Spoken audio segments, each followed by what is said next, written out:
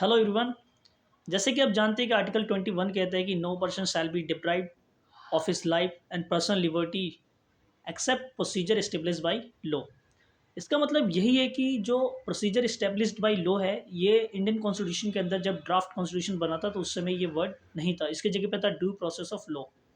लेकिन as you know very well कि BN Rao जो थे उस समय कॉन्स्टिट्यूशनल एडवाइज़र थे कॉन्स्टिट्यूंट असेंबली के। और वो उस पद पे होने के नाते जो है उनकी काफ़ी सारे एक्सपर्ट्स उनकी मीटिंग होती थी। और उसी समय जो एक मीटिंग उन्होंने जो है अमेरिका में जाकर की और सुप्रीम जो कोर्ट थे अमेरिका के चीफ जस्टिस, उनसे मुलाकात की। उनका नाम था जस्टिस फ्रैंकफर्टर। तो जस्टिस फ्रैंकफर्टर ने एडवाइस दिया कि BN राव की कि आप जो है इस ड्यू प्रोसेस ऑफ लॉ को हटा लीजिए, बिकॉज ये इमेंस पावर देता है जुडिशरी को किसी भी पार्लियामेंट के द्वारा लॉ बना उसको इनवेलिड करने में।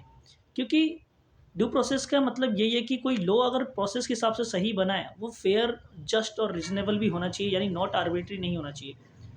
तो कहने का मतलब यही है कि अगर किसी जस्टिस को लगता है कि ये जो है उनके हिसाब से ये फेयर नहीं है, भले ही लॉ कैसा भी हो, तो वो उसको इनवैलिड कर सकते हैं।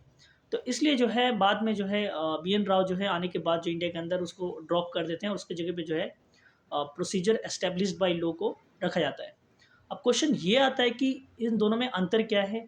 तो जो प्रोसीजर एस्टेब्लिश बाय लॉ है, इसका मतलब यही है कि जो भी लॉ पार्लियामेंट के अंदर बनता है, जैसे कि मान लो लोकसभा के अंदर और उसके बाद राज्यसभा, उसके बाद जो है प्रेसिडेंट के बाद साइन होकर कानून बनता है, उसका जो प्रोसेस एकदम ठीक है। तो जुडिशरी के हिसाब से जो है जो भी अगर किसी की लाइफ और पर्सनल लिबर्टी को स्नेच किया जाएगा तो एकदम करेक्ट है। बट ड्यू प्रोसेस लॉ के अंदर ये होता है कि वो प्रोसीजर एस्टेब्लिश बाय लॉ होना ही चाहिए, यानी करेक्ट होना चाहिए, साथ में जो है रिजनेबल, फेयर और नॉट आर्बिट्री भी होना चाहिए। तो इस केस में जो है मतलब जुडिशरी काफ़ी जो है इमेंस पावर में आ जाती है। तो इसलिए जो है ये हमारी इंडियन कॉन्स्टिट्यूशन के अंदर जो है आर्टिकल 21 के अंदर जो है प्रोसीजर एस्टेब्लिश बाय लॉ को रखा गया है। अब क्वेश्चन ये आता है कि ऐसा तो देखा गया है कि मेनका गांधी केस के अंदर, जिसमें कि उनके पासपोर्ट को जो है आर्बिट्री तरीके से जो है पासपोर्ट अथॉरिटी जो है उसको वो सरेंडर करने के लिए कहती है। और वो जो है सुप्रीम कोर्ट के अंदर जो है याचिका दायर करती है। और उन्हें कहती है कि उनकी जो है आर्टिकल 21 का हनन हुआ है, साथ में 14 और 19 का भी। तो इसके बाद जो है सुप्रीम कोर्ट ये कहता है कि किसी भी विदाउट रीज़न जो है किसी की पर्सनल लाइफ के अंदर जो है इंक्रोचमेंट नहीं कर सकती लॉ के द्वारा। तो ऐसे में जो है जुडिशरी ये भी कहती है कि जो भी लॉ हो वो साथ में according to procedure establish by law होना चाहिए और फेयर, जस्ट एंड रीजनेबल भी होना चाहिए।